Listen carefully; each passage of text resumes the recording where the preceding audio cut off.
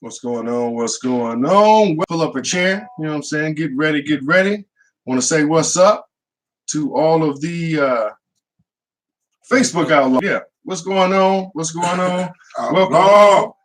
We got a Thursday night edition. I hope y'all ate all your holiday meals and you're feeling all good and rejuvenated and everything and had some time off work and whatnot. I am Brother Talk to Teach, listen and learn, your truth transfer engineer. Awesome, the most asshole to many, but really I'm just a brother with another perspective out here trying to use my powers for good. Hope you're doing the same thing. I got my brothers here with me riding tonight. Tell the people something good, y'all. Peace, peace. How y'all feeling out there? I hope all is well. I am the black woman lover, the black man's brother, the culture, teacher, hood healer. All right. What's going on, Black America? What's going on, Black Milwaukee? It is time for Outlaw Radio on a Thursday night. I got my boys here with me. I got my brother. Shout out to OJ. Yeah, shout out, bro. And I know I said we weren't going to do another show. We did. I was absolutely bananas drunk on the last show. So please excuse me. I was having a good time. It was about to be Christmas. I knew I was going to be able to buy my kids some shit. Yeah, I got drunk. Absolutely faded, but welcome to the show. Hey. I ain't perfect, but I'm worth it. It is OG social media. Hit like, hit share, hit follow, share the show. We got our phone line up tonight. Whoa. We have a good time. Outlaw Radio, growth spurts. Very important conversation to have, whether you think so or not. Spurts. Right. You grow a little bit at a time. And every inch of growth is a little bit of pain and a little bit of sacrifice. Because if you evolve and if you progress, then you have to leave some things and some people behind. We went over Mr. Terry about to get married again. Congratulations. 810-3131. Congratulations. Congrats. To Mrs. Serena Brown, soon to be Mrs. Terry. That's right? What's up, Black Love. Important business partners. Well, what we do, shout out to you if you're watching. Share the show. Do the watch parties. Do everything you do just to spread what we do here on the show. It's Outlaw Radio, man. Shout out to Brother Dante Chestnut. What up, bro? DAMGENT and KT killing them. KT, we're about to do some things. What's up? Teamwork make the dream work. All day. So shout out to him. Who y'all want to shout out? Shout out to Honeybee Sage. Yeah. Wellness. Center Street Wellness. That's the new spot where you can find nature's natural herbs and supplements at. So it's down there on 3rd and Center. So make your way down there. If you're down there on the east side, I'm right there on 3rd and Center. You can go get your sea moss. You can go get your liver cleansed. That's what's up. That's what's up. And if you're not at one of those spots, what's the number for Nature's Nature? 414-949-2122. We got Nature's Nature Herbs and Supplements on Facebook. You can also go to the Healthy Self Heal Thyself book. If you look for the Facebook page for Healthy Self Heal Thyself, make sure you go to the right one. You're gonna see you'll see my jars of herbs and the sea moss, some bottles of sea moss on there. Okay. Because it's a lot of groups. Since I started my group, man, I promise it's a lot of healthy cells. Heal. Yeah, you do your thing. So make sure y'all go to the right group. Get your headphones, baby. Oh yeah. Get your headphones so you can hear yourself. So man, I just want to say shout out to Brother Teff, man. You know what I'm saying? Get well and do your thing, man. Check out the Black and White docuseries. Yeah. Episode 1. Yeah. Brother Don Vaughn, man. I need to get y'all cards, man. Brother Dre, man. Again, I need to pull your card out. I'm gonna show you your business, man. Next show, bro. So, my bag, but shout out anyway, man. Appreciate the support and the love. 414-231-9982. 414-231-9982 is the number you can call if you want to get involved, or else you can just comment. I can see your comments.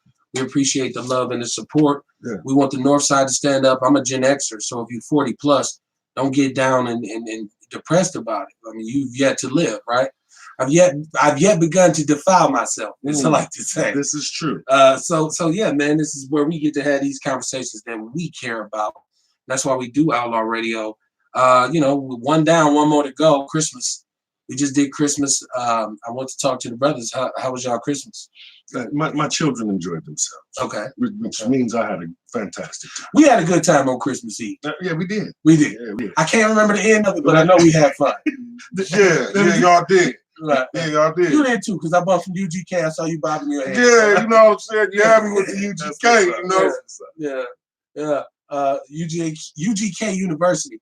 But you know, the most beautiful thing about this Christmas is I'm not gonna lie, when the year started, I didn't necessarily know where I was headed, but I created a situation where my children enjoyed the holiday. Right. And that was the most important part of it. It wasn't about Santa Claus or you know, babies in a manger or nativity scenes or any of that. It was just about the fact that as a father, I created some memory that my kids will always be able to call upon. And hopefully they'll be able to use that with their own children. You know what I mean? I hope my son, but see, my dad created those kinds of memories for me.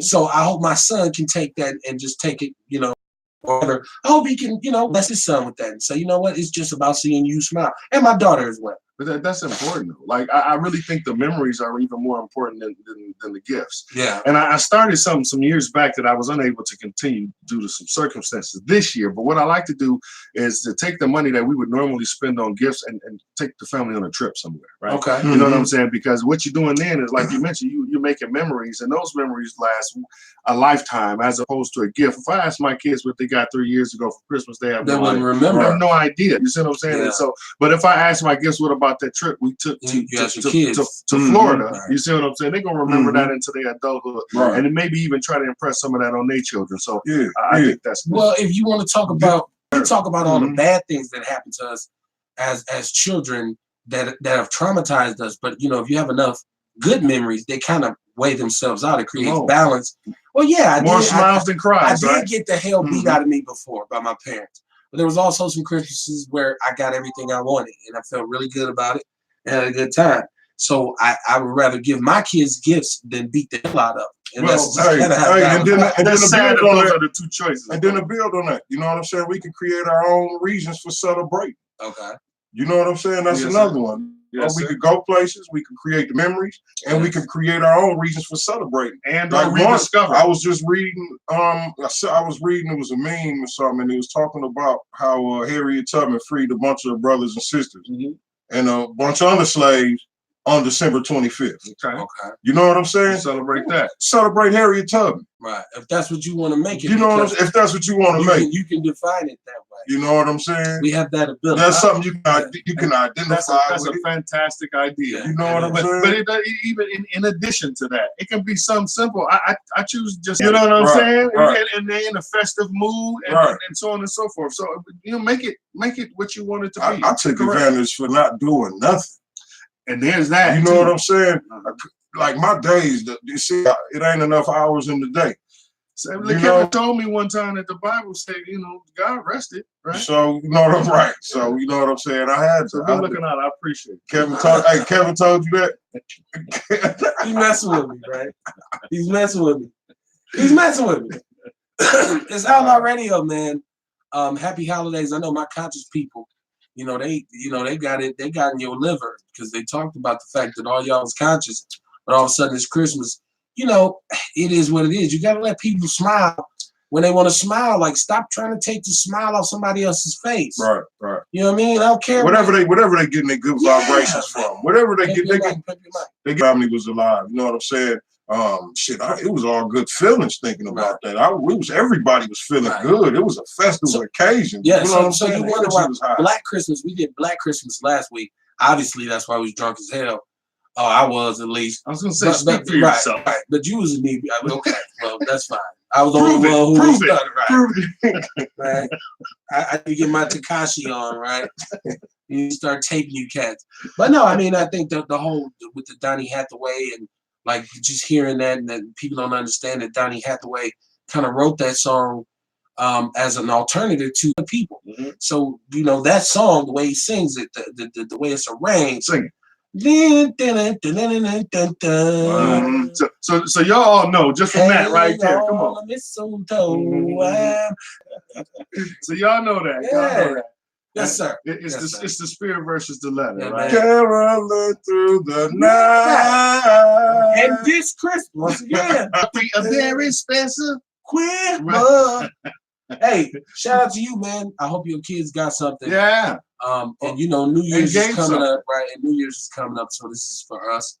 The adults, the kids just like, we don't give a shit. We just got to go back to school. But, you know, it's a whole another year. Annually, you get to see the seasons change again. Hopefully you'll make it through spring.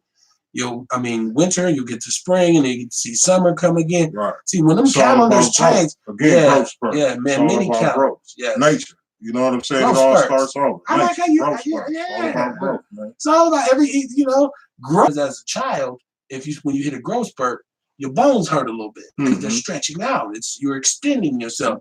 The coincidence here is that you're up. Right. So it hurts a little bit to move up. Yeah. Like I said, you might have to leave somebody behind. Right. Grow in different areas when you're young too. But I mean, you know, first of all, you grow outwardly instead of tall. You know what I'm saying? You grow outwardly. Then you may grow. You got growth spurts spiritually. Well, that's what stretch marks comes from. Stretch marks come from growth. Right. You get fat. Definitely. And Cat Williams say that you got fat and you lost weight, or you were skinny and you gained weight. Right. Either way, it's a growth spurt. It's some growth. It's some change in the actual physical form. You know, we as men go through growth spurts. Yeah, you do. You know what I'm saying? Hey, I hope everybody's experiencing some growth. Go ahead, bro. No, I was just saying, I also want to point out the fact that, because we'll be doing a year review type situation pretty soon. But in 20, so, love for all of that. You know what I mean? So love for y'all for hanging out with us. Yeah. Throughout. The show went through some, and we still need to buy it baggy, right? Yeah. But the funniest part is a lot of people who have just been able to see the show via Facebook, whatever, however, a long time before I made it visual. Like just working the microphones and understanding the science of doing it and building out. Right. Like you don't like to talk about. Well, nobody want to hear that shit. That's not what I said. Right. No doubt. No, I'm with you. But no, like who really wants to hear how I learned about cameras and camera angles? And I can tell you this. You can go back a year. Other people who want to do podcasts. There you go. Well, you can go back a year from right where we sit right now, and I'm gonna tell you that this whole scenario looked totally different. But if you wasn't it around, or we were sitting there around? It was an octagon. Yeah. It was totally different. It looked, it sounded, it was published, it was pushed, produced, totally different. But I exist to tell people that if you really want to do something, you have to understand what you want to do. It's not enough to just say you want to do it. You gotta look into it. You gotta learn it. Right. You gotta learn it. And that's growth spurt. Yeah. And it hurts. Right. Because I done spent many days with headaches down here fighting all these. Look, you see his wires thrown everywhere around. His cables. Because it took me some time to really say, I know what I want to say, but how do I get this to the people? So going into this new year, I hope you gotten to the point where you figured out what you would like to do. Like, what's your passion? What do you love? Find one. And that's it right there. Find one. Your passion. What can you wake up in the morning and do and not feel like you're going to work? What would you go hard at? That's your passion. What would you go hard at for free? Somebody ain't got to pay you to do it, but you go hard at it and do it as hard as you can. That's your passion. A wise person once told me your purpose in life is to find your purpose in life. I didn't say that? No. Damn. I said wise. Oh, my bad. Sound like some shit I done said. You give me some praise and you take it away. Shout out to Aaron Brown. I see you out there. Adam Kasoki, John, Cherie Jackson, Ernest Walker. Ernest, when you gonna call in, man? I see you. Ernest always got so much to add to the conversation. D.D. Simmons, the number's 414-231-9982. I got this thing wired for sound. You can call in if you want to say something. Let us know. Comment. Tell us about your growth spurt. You know what I mean? Yeah. Where you get big in 2019, right? Yeah. Don't say it like well, it could be your business. It could be your education. You got a degree. My sister just got a degree. She's a doctor in theology. Shout out to you know what I'm saying? Right. You know what I'm saying? So, Lord. All of that. Hit like, hit, share, hit follow. The black sheep. Join up with the People's News Network. Very interesting conversation, very pertinent information in my Facebook group. And there was growth spurts even in that, because there was about 500 people in there for 200 years. We up to almost 800 right now. So even throughout the year, there was some growth in that. You know what I'm saying? So I ain't want to even tell nobody. I'm done with trying to tell people what to do. I'm going to tell you what I like and what I want to do.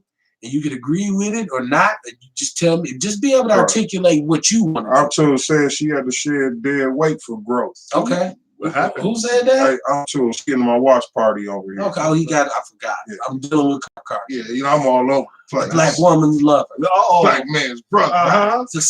Your holistic health and wellness coach. Ooh, come on. He got his sexy voice on tonight. You know it's all dudes down here. You won't sell a detox capsule tonight. Yeah, she said it left her vulnerable, but it was worth it. Yeah. I could dig it, you know what I mean? And sometimes that's what it takes.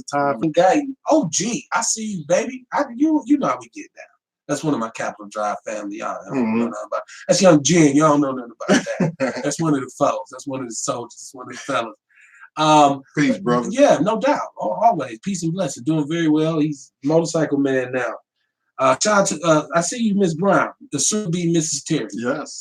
414-231-9982 is the number you can call if you want to talk with us. Or calendar. No, Either way, hey, who that was saying that in there? All right, man. Woo! Look at I am good at this. People like me.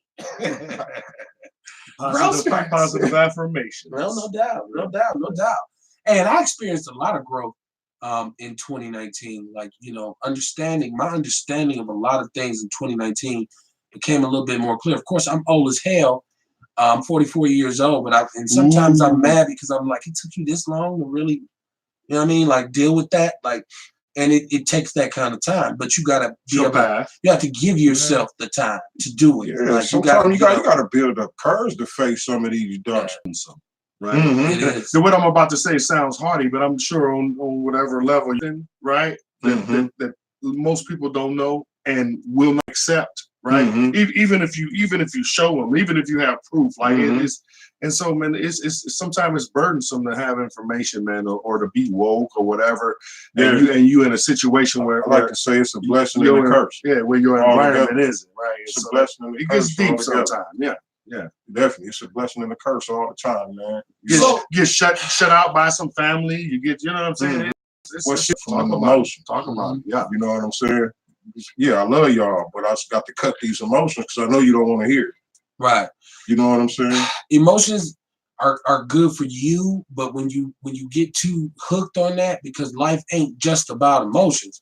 I'm not here to explain life to you. I want you to be able to understand it yourself. That would be me. No, right. No, but, and a lot of times, if you can do that, you can think about a situation objectively, as opposed to the purpose. Subjective. Yeah, and that's the purpose of learning how to do this. Yeah, so it's balanced. You create your own kind of personal zen, and that's what closing out 2020 is about. And even as a people, as Black people, I saw us make a step this year, and I'm hard on my people because I love them, and I'm hard on everybody that I love. Those are now.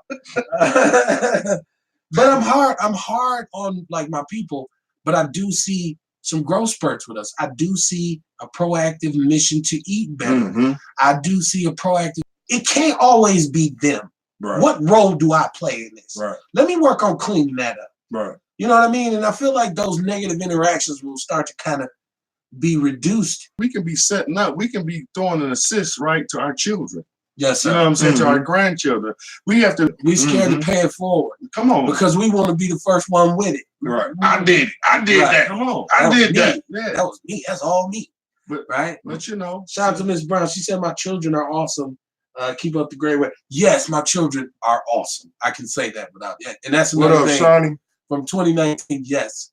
I see you, girl. Hey, I've done a lot of things wrong, but I can't say, I always try to focus and try to give them the best parts of me and keep the worst parts of me to myself. And let them just take the best parts and build on that. Right. But then they got to deal with the best and worst parts of themselves. So we got to teach them that balance. Come on, man. Talk about it. Yeah. Look at your neighbor and say, neighbor. Kevin ain't drunk tonight.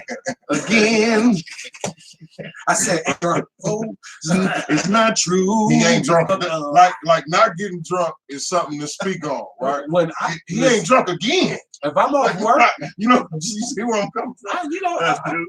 You have to be real. Like I tell people this: if I ain't at work and I'm home and everything is taken care of, I'm going to drink me some alcohol if I feel like it. And maybe it's addiction. Who knows? I'm sure the Lord will deal with me the way He does. But I just haven't gotten to the point where I feel like I owe that explanation to anyone. Well, I did it for the sake of the show. I say, do whatever floats your boat. Right. Whatever makes you happy. You know what I'm saying? Some of y'all need to get drunk. I'm super grown. I'm mega grown. Right. No. OG social media Hello, is what we do. Yes, this show is not auto-tuned. I don't have the latest young homie, Rich Quan or whatever. Like we don't do the music. It's just conversational. Let me tell you, I wouldn't even know who he was. You bring him out here, I'd be like, yeah, Young Doug gonna be my. No, I don't have. And my son loves the Milwaukee rap. Dude, he don't even listen to nothing else. Do he know about the adult contemporary rappers like my boy Twan Mac? AKA the stuff that his daddy listens to. No, he be like, listen, shout out to Twan Mac, man. Anytime I try to hear this old ass shit, right? So shout out to him. Yes. But once again, therein lies the benefit of becoming a father. It's so important as your growth as a man. And I'm not trying to knock no brothers who don't have children, but to have those children, in particular sons, and sit into that and like watch. It's just you. You know, the baby girl. Don't get me wrong. My daughter is an absolute blessing, right? But movie. It's like I'm watching Everybody Hates Chris every day. And this dude is that. Like, he's just, I'm like, why? Why would you jump off of that? He's like, shit look like somebody needs to jump off of it, right? Like, well, now your head's busted open. Like, little boys are like that, right? And even my daughter's like, I told him don't jump that. And he just, you know. So, it's 2019 has been a pivotal year for me because I just started to observe it more. Of course, like I said, I've been around, but it's just like this year, I just kind of said, man, look at these kids. What grade would you give it? Like, and to the people in the chat room too. You know, what grade? A, B, C, D. My year, get 2019. F, yeah, this year, 2019. What kind of grade? I gotta get an A. You would give it an A. Yeah. And the only reason I ain't saying an A plus because it's a lot of stuff what I didn't do that I know that I could. Okay. You know what I'm saying? So that's why I say just an A. And I'm gonna say an A because of how grateful I am for this past year. Okay. You know what I'm saying? All the growth that I've had over this past year, man. You know what I mean? Jumped out the nest and quit my job. It was some growth into that. That's what took it from a B to an A right there. So I'm telling you, man, like I look at my past year, man, and I am straight up happy. At the beginning of the year too, I said this. I told a few people, I said I'm gonna walk off this job under my own power by the end of the year. When I did it, I wasn't thinking that's how it was gonna happen. You know what I'm saying? But it did. That's what's up. That's what's up, man. Congratulate. Listen, because that's what's up. You know, right? so, you know what I mean? So, Kev, what would you grade? I would give this year a strong B because I didn't get as much money as I wanted. But my focus and the way, because I was forced to make a lot of changes, and I'm not going to explain them, and I don't expect people to understand. But I had to make a lot of changes if I wanted to keep doing this. Okay. You know what I mean? Like I got to a point where I said, well, if you're going to keep doing this, you got to figure something out. And just because of that, I'm great. I'm grateful, I should say. Okay. But in terms of getting money, that's why I can't give myself an A because I got more money the year before than I did this year. Okay. So I took a step back financially, but at the same time, you know, you one of two things. Especially if you work for somebody, you either broke or you can, right? Or both, right? Well, sometimes you consistently broke, but I paying your bills. So, you know, I realized, you know, a man with a sprained ankle complains until he see a brother with no foot. Mm-hmm. It's that kind of ideology. Once I had no shoes, and then I met a man who had no. Right. You know I didn't know how that sentence was going to end. I'm glad you said that. That's my love for self, man. You know what I'm saying? It grew so much. That inner peace. Yeah, you know what I'm saying? Approaching different problems. And you're worth something. You know what I mean? When it's time when everybody want to argue or debate or something, I'll bow out gracefully and don't feel bad about it. You know what I'm saying? I ain't got time for that shit, man. You know what I'm saying? Right. I'm going into 2020 worry-free. You know what I'm talking about? And that's how we're going to keep. It's not a resolution. Exactly. It's not a resolution. No. I don't do resolutions. I change all the time. Right. But now you asking people, what would you give it? What would you give a year? You know, I got to go with the B. Like, I think it was a B. And the reason I say a B instead of A, because it was some stuff I left on the table, some opportunities that I could have took more that I overcame to take my story from a D or a C to a B. You know what I'm saying? So I'm still grateful and thankful, man, and all that stuff. But I had to answer the question. I had to say a B, brother. All right. You let us know how you felt, man. 414. Tell us. 231-9982. Yeah. It's Outlaw Radio. Growth spurts. Go in the chat A room. little bit at a time, man. Yeah. Progress is oftentimes a slow process. Yeah. And it's hard for people to understand. Like, they think they can gotta make different lifestyle decisions. It's a slow process. It is, but the longest journey begins with one step. Yeah. So you gotta get started. Mm-hmm. You gotta EPMD say it's like lotto. You got to be in it to win it. Right. I know in lieu of the holidays, I seen Netflix, and I didn't watch this, but I just seen it as a news item. There was some sort of special that they had a gay alcoholic Jesus in their Christmas special. I don't know how this took, because I don't entertain this kind of foolishness, but I did see the bullshit, so I was just like, if that's the way now y'all want to play with perception and kind of create whatever it is that you want to create, like, I don't know, a gay alcoholic Jesus. What does that even look like?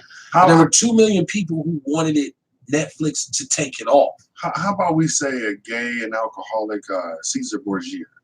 Okay. Right, because if that's who they use. Well, but that's who they use. So when we see the image, that's who we're really seeing. We're not really seeing. We're seeing. Right. You know what I'm saying? That was according actually, to us. Right? That was actually somebody that existed. Okay. Here's the thing. It's so crazy because if you hear me talk from right now, I remember a time being in that situation where I would be utterly offended. Right. If you said something negative say nothing bad about somebody named Jesus, right. I would be ready to argue and go with you. Like, let's go. You said something about it. And even for myself, if I'd have been in a room with nobody present, and it was certain brainwashing people, I was brainwashed, and I'm so grateful that I have a different understanding right now, man. Yeah, and I have hope for all of those who have yet to gain a new understanding. Yeah, and you go back, like, I know you want to stick to your holy grail or whatever, but as an individual, that's another thing that it blossomed from 2019 is that I understood that it's okay to go and say, hey man, this don't make sense. Come on, man. I need some explanation for this. This don't even sound right. Like, this is not even logical. This is not even. It's a conversation that needs to be had. We've done that. We've done what revolution. We've talked about. I still believe in God. But in 2019 taught me that God is energy. Man. We'll say he's a jealous God, and then turn around and say that jealousy is a sin. So I mean, some of the stuff that we come up with is just ridiculous. God is energy because energy. We taught not to use something that we get emotional about, right? Mm-hmm. Like I say, we got to learn how to cut these emotional ties. Well, here's the thing. So much. That way we can use our intellect. My man said, I feel a lot of bad energy coming up off that couch. You gotta see belly. This is something I've said to my kids. Though, like, your emotions, how you feeling, it's like a jacket. Mm-hmm. It's just what you have on now. Right? It's gonna change. It's not who you are. Right. You see what I'm saying? It's just how you feel right now. It's a jacket you got on. Guess what's gonna happen? Yeah. Tomorrow you have a different jacket on. And you can choose to change your has to maintain them except you. And they don't have to be shitty. Right? That's a good one. They could be. Hey, I'm gonna have to use that one. I'm gonna have to use that one somewhere. Did you change them? They don't have to be shitty. They could be. Some of us got some. Say it again. So Miss Word. Say it again. Some of us got mud butt. Right? Like tell me again about emotions and draws. Emotions are like draws. Okay. Nobody cares about them or has to maintain them. You can't say, Kim, my drawers are a little too tight. I don't care about that. I don't have no answers for you when it comes to that. So I'm just saying. So listen, so y'all don't come to Kev with that no more. Talk about he quits that. He ain't doing that. I'm looking at him with kind of like a funny face. Now, what you have to avoid is what has happened to me is I've been trying to manage my emotions for so long that it makes me kind of cold and callous. So, like, even in terms of my own relationship, like my emotion light ain't never on. So, like, when I hear Boys to Men, I'm like, turn that bullshit off. When I'm watching the sappy ass, rom-com. It's supposed to be a chick flick with my girl. I'm like, oh, dude, the cornball. Like, we just seen that. Like, cause of sim. Like, because I turned that light off a long time ago, you can't just turn it back on. Well, no, so you have to start. You can. You can do anything you want to do. Okay. But here's the thing. The truth lies somewhere in the middle, right? And so if you're feeling all the way one extreme or the other, just understand that balance is what we're really looking for. Okay. Mm-hmm. And balance comes from the middle. It's not an extreme. What y'all think about the gay Jesus stuff? Jesus is gay anyway. It's all gay anyway. Is Jesus gay? I thought he was a revolutionary. Now, I'm not gonna go ahead. You answer. Jesus is gay anyway. Why right? is Jesus gay? I'm talking about the idea of. So Right. Caesar Borgia or whatever, and if I'm not saying his name exactly. right, he's exactly. gay. Gay as shit. Now I believe Caesar Borgia is gay. Gay as shit. I believe he is gay. And when you see a picture of that white man, that's who you're looking at. So technically, Actually, by the letter, they was all gay back in them to days. say this, I don't think he was gay because what really was his father was a gangster pope. Really was which means he was gay. Well, no, his father. This is the first organized crime. This is Catholics, the first organized pedophile ring. Fucking with boys since The first is a part of that culture. It is. Okay. They get down with little boys. They always have. And they open about it. They trying to change the laws right now. They trying to normalize this shit now. The LBGTQ element, the P, they adding another letter on the back of that to include children. Like, pay attention what's going on. Pedophiles gonna be on that motherfucker too. Now that's the thing about 2019 too. With the say, wow, you know what? Ain't that crazy? We have to start to embrace homosexuality because it's such a part of us. Now, when we look at Dwayne Wade, we didn't talk about this on the show, or maybe we did. I don't know. Like I said, I don't have to embrace it. Well, his son. Hold on. So Dwayne Wade's son apparently is gay, and no, he's not gay because he's 11, and supposedly we would go work under his son had sex. He hasn't. So he's not but gay. He don't even know if he likes. No, but what you're making him into is a sissy. No, I want to give this. I want to set it up for people who might not know. Like, yeah, but it's gay. When you said he was gay, well, apparently because he encourages, he wants to go to the Pride. And Gabrielle Union and Dwayne Wade are there with him, and their son was supporting him. They took a family photo, this infamous family photo, in which he had manicured nails and a crop top on. It wasn't manicured; they was painted like, But he had a crop top on, and Dwayne Wade identified him as she. I think in an interview. I think his son did some gay shit when he was little, and Dwayne Wade just said and didn't want to stop it. You know how you see fathers, you know what I'm saying? Their son do some gay shit. Say, man, stop that shit. Right. That's just gay, man. You can't be doing that shit. Right. You come and they kill that shit right there. You come home from work. Right away they know, like, oh, damn, that ain't right. I ain't supposed to. You know what I'm saying? So you come home from work and your son playing in his mama wig, and you say, man, and you say, Daddy, and you say, man, take that shit off. That ain't funny. Right. Take that off. That's for that ain't him making a choice. Well, apparently that ain't the child making the choice. You know what I'm saying? The child. He don't know not to play with his mama wigs until you tell him not to play with his mama wigs. Let's be careful with mixing how we personally feel with how people feel. No pun intended. Because people were saying, how could you allow this shit now?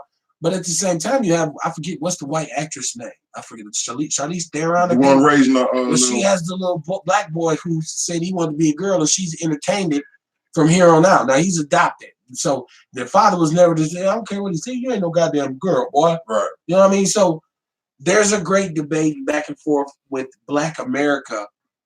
Shout out to Rouse Riley, man. Shout out to holla at me, man. What up, George? Hey, I know that kickball league finna start, man. Let's talk about what we discussed on the show and come on back. And let's get it cracking. But I think 2019 yeah, George, you got some dope ideas. Come on back, man. Was another year where we as a community have to deal with this, and there's a steady push for Black men to acquiesce and say it's okay for you to be gay. And I think the majority of Black men, if you don't put it on their job, because if you got a certain job, you gotta say that's okay. Right now, the way the world is set up with the cancel culture and all this kind of thing, and that in itself ain't okay. Right, me too. Right, that's bad too. You know what I'm saying? That in itself ain't okay. Why can't I have an opinion? You want to put something in my mouth? You know what I mean? I don't feel bad. I don't look at people funny for thinking the way they do or whatever. You know what I'm saying? But I just say, man, stop looking at me. Stop treating me like I shouldn't have an opinion in this. Thank you. See, the biggest, what people don't pay attention to is the biggest, salvo that was launched on this past year was the salvo towards heterosexual men. And we did a show, right? Like heterosexual males. We did Dirty Old Men. Mm-hmm. And you called masculinity toxic, and you said rape culture, and you gave it all these pseudonyms and all this kind of stuff. But I'm saying I'm doing what I have to do as a man, and raising my children more often than not results in some balance. It results in heterosexuality for your children. Now, when that thing starts to get compromised and people are traumatized and you hiding in where to get my nails done in order dealing with the gunshots outside, you just hiding in something. Y'all made a great point. This little boy's 11 years old. He ain't never even seen the cuckoo yet. So, he ain't never. We gonna give that benefit of the doubt. Right. How you know? How you know? How you know? So you're not gay. How you know he don't like pussy? You're not gay, Right. but you're being influenced to be a sissy. Well, somebody told you it's okay to do whatever you want to do and didn't give you a code. They didn't say it's not okay for you to do that, little dude. You know what I mean? You got your mama's shoes on. My father would, man, my mother played the hell out of you. Better take that goddamn purse off.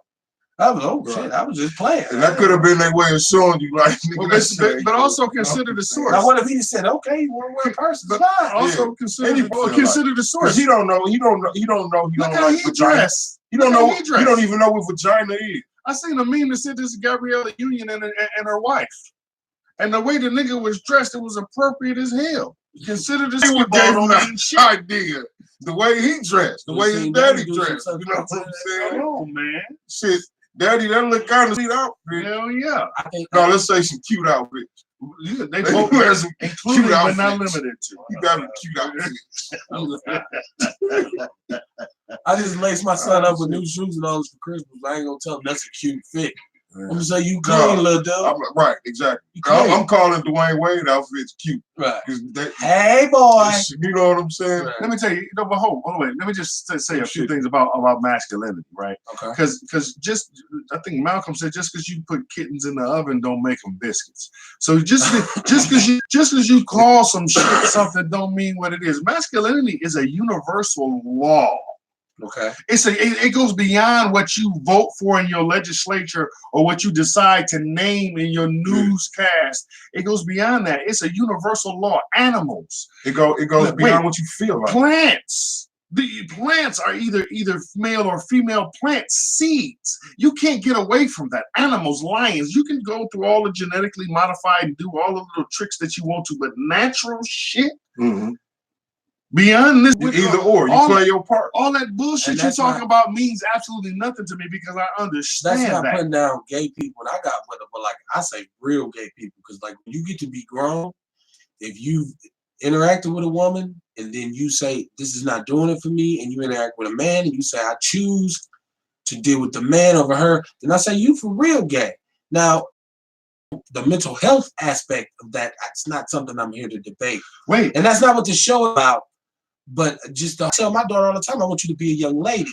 I don't want you to be a butch. I don't want, and she come in like, Dad, let me wear your Jordans. Like, nah, it don't work like that. But you mentioned mental health, right? Yes, and sir. so we also have to understand when you see these drug companies and you see the advertisement, listen to them. You might start having suicidal thoughts and so on and so forth. Some of these drugs have been proven to alter and cause or induce homosexual tendencies. Am I correct? Yeah. So now it's not just a social engineering aspect of it. It's also some chemical warfare going on right here.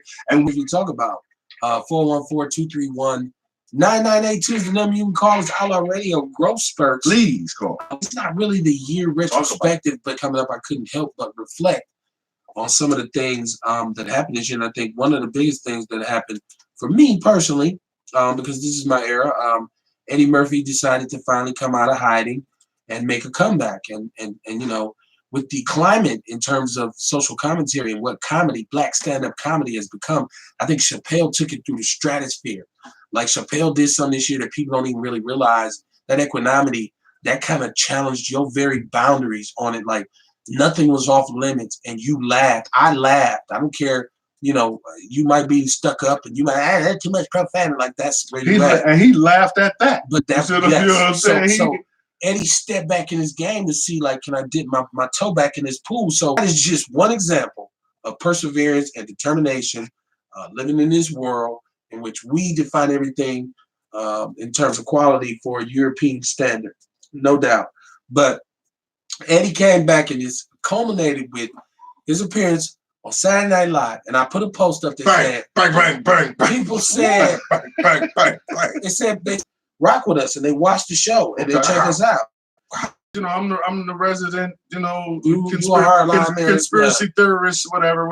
And I want somebody in the chat room to call me, type in and tell me I'm crazy. I know what I'm talking about, but is somebody out there see?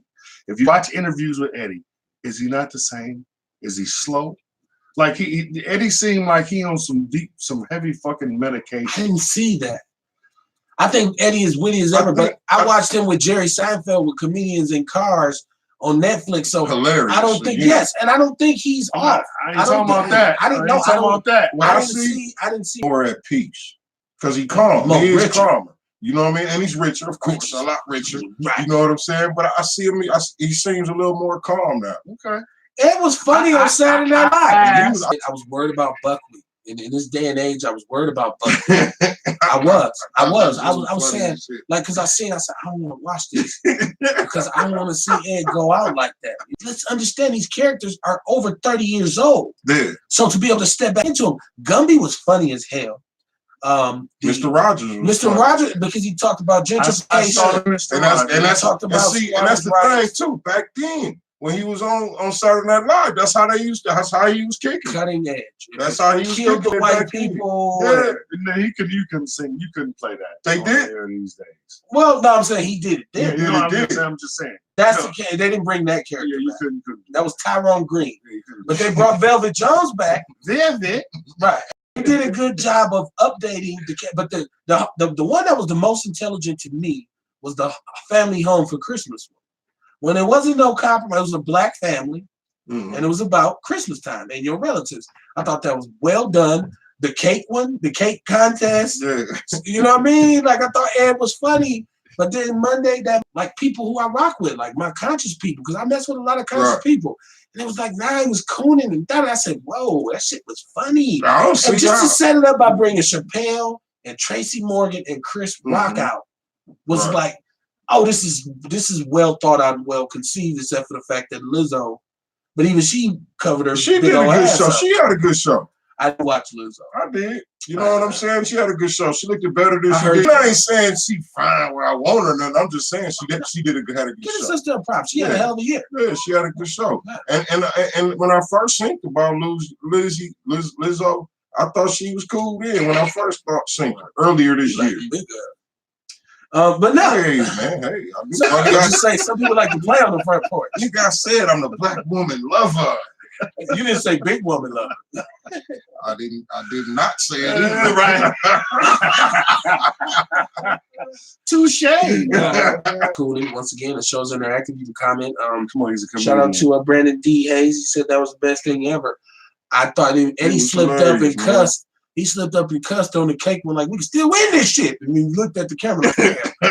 I think Ed's stand-up will be hilarious. And I think he's still because of the fact that Ed's now married to a white woman and he got 10 black kids, I think that will be just that. But if Ed tries to see, this ain't 1980, which is I went back and looked at a lot of different stuff, Eddie Murphy over the years.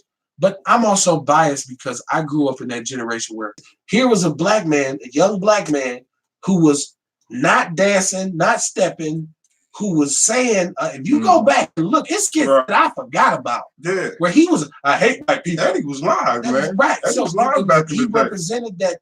Finally, we got that dude on the screen. Sid 48 was a little too pretty. But Ed was slapping white people and shooting them. G.I. Joe was swimming through the water. I didn't understand in your opinion. What I didn't like was Bill. I dug the Bill. I'm talking about Bill Cosby. Complaining. Okay, Bill talking about he didn't like the. You call him a Hollywood slave. It's a fucking joke, man. You a comedian. Yeah, but I'm in prison, bro. So that's what Ed. It's comedy, man. Right. Damn, you know anybody can get it. Everybody can get it. Right? Nobody give a fuck if you in jail or not. And you whether or not you did what you did or didn't do what you did. And Bill said, I'm sure somebody asked him a question and walked up and stuck a microphone. No, he's in prison. This is rap. No, because when he was going to, even back when he was doing Delirious and all that, he used to do Bill was shitting on him. Bill was ridiculing and criticizing. Even the pound cake speech, that he came here and did in Milwaukee, I was absolutely positive. He regretted that, by the way. He should have. He was out of pocket. And when he came here, and I was so then, it was about 2 years before I started. I was so pissed off at Bill Cosby because we didn't need for you to come here and explain how poor people act or tell us, yeah, it's because you're poor. We already knew that. We already knew situations. And we rushed North Division to see him. And all he did was this stuff the whole time. Y'all, you skipped town, you ain't left $1. Right. Left nothing to empower us. So see what I'm you took this for high ground, but you've been dropping Quaaludes. Yeah. Look, sit your ass down. Chappelle, look, they tried to cancel Chappelle because Chappelle went in on Cosby harder than Eddie could even imagine. He went, if you watch Equanimity, have you seen that? Equanimity, that's what it's called. The last Chappelle Netflix show. I saw the last Chappelle Netflix He went show, in on Cosby absolutely savagely. And people like, but he went in on everybody. So, I mean, that's what I'm saying. So, shit, why Bill got to say something because Eddie something about him? And I don't even think the joke was harsh like that. All he said was back then, if you'd have asked me if I make a bet about having kids and he be in jail, I'd have took that bet. He said, "Who's America's dad now?" Yeah. And like, man, that wasn't no bad joke. I mean, it wasn't nothing disrespectful, man. I mean, you in prison, but it was funny, man. I thought hilarious. I thought it was funny, and I thought, you know, as far as Bill was concerned, like relax, because if he wanted to go in hard, he could have went in a lot harder than that, right? Yeah. So you know, it's comedy. But here's the thing: people wouldn't even notice the joke if Bill hadn't said it. I wouldn't. I heard it. It's some motherfuckers you turned the joke on too by commenting on it. You know what I'm saying? So you know. And then, look, then when I went back and heard it again, I thought it was funnier. Well, you went back and listened to it, even if you did hear it, and you didn't think twice about it. Right? I'm finna go back and listen to it, and that's really fun. Yeah. Sometimes just shut the fuck up, right? Black Jeopardy with and I was kind of borderline with that because I'm like, this so stereotypical. Until I said, now that's some black shit right there, and I laughed. So yeah, man, we got to stop taking ourselves so seriously that we can't smile, that we can't laugh. Yeah, man. You know, you can't be mad all the time. You need your humor intelligence. No, but so what's your limit though? You know what? What's your limit? My limits are so far back, but you know what? I really don't have a limit. I have talking about for comedy. Like what's I have what you call, but hold on, Jay, let me explain this.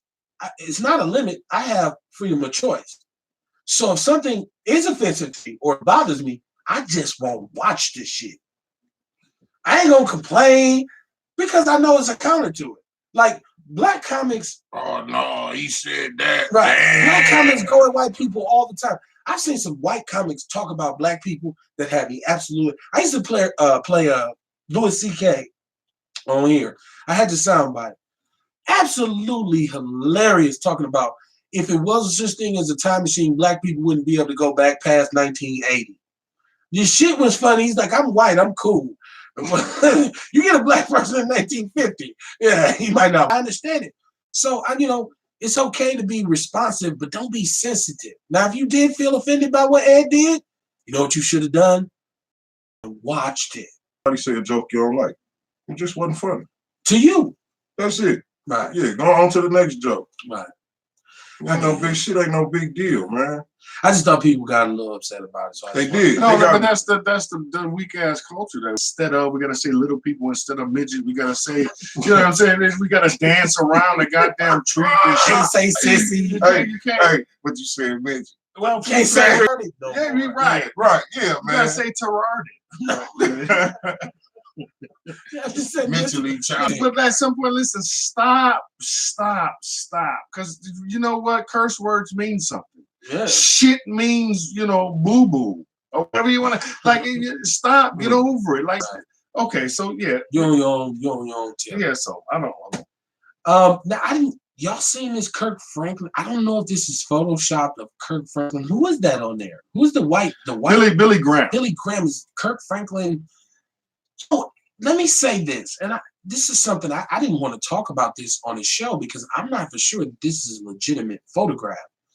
But when I seen it, I said, if that is, it's such a bad look. It's not anything that was. It's first of all, I don't know if it's an authentic photograph either. Right. But having seen the photograph, it doesn't surprise me. I mean, he does that in his actions.